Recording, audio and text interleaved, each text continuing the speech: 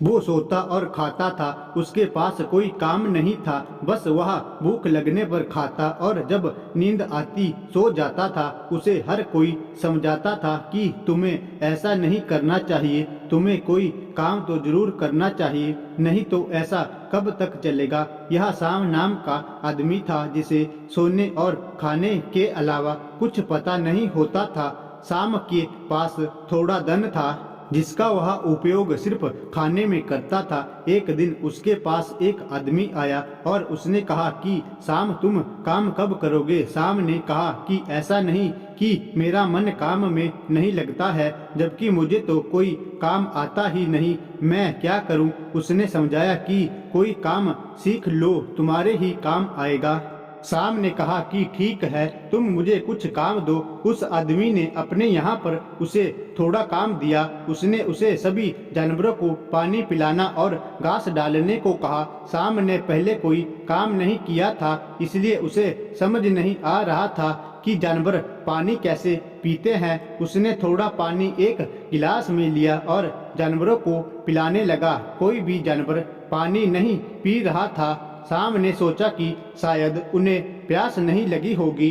अब घास डालने को कहा था, पर घास किसे कहते हैं यह जानवर ये शाम नहीं जानता था। उसने घास बहुत ही कम मात्रा में ली, जिससे वह थोड़ी ही खा सके।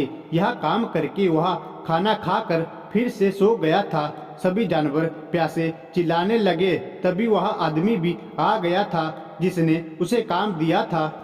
उसने शाम से आकर पूछा कि पानी पिला दिया। शाम ने कहा कि उन्हें प्यास नहीं थी। आदमी ने पूछा कि तुम्हें कैसे पता कि उन्हें प्यास नहीं लगी है, क्या तुम बात कर रहे थे उनसे। शाम ने कहा कि मैंने गिलास से पानी देना चाहा, लेकिन उन्होंने गिलास ही गिरा दिया था। अब आदमी को बहुत गुस्सा आ रहा था। उसने शाम को वहां से भगा दिया था। शाम अपने आपसे बातें करता हुआ आ रहा था। जब प्यास ही नहीं लगी तो क्या मैं जबरदस्ती करूं। खुद कुछ पता नहीं है, मुझे काम दोगे, मुझे कोई जरूरत नहीं है किसी काम की। उसी समय एक साधु जी आ रहे थे। शाम ने उन्हें प्रणाम किया और पूछा कि महाराज आप कहाँ से आ रहे हैं। साधु जी ने जब शाम की ओर देखा तो सब कुछ समझ गए थे। साधु जी ने कहा कि क्या तुम कोई काम ढूंढ रहे हो। शाम ने कहा कि आप तो सब जानते हैं। साधु जी ने कहा कि मेरे पास एक काम है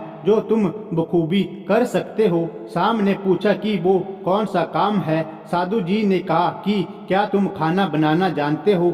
शाम ने कहा कि है महाराज, ये तो मैं रोज करता हूँ। साधु जी ने उसे अपने यहाँ पर बावर्ची रख लिया। उस दिन के बाद शाम की नींद भी कम हो गई थी, क्योंकि उसे हर रोज साधु जी के लिए खाना बनाना था। अब नींद भी गई और उसे काम भी मिल गया।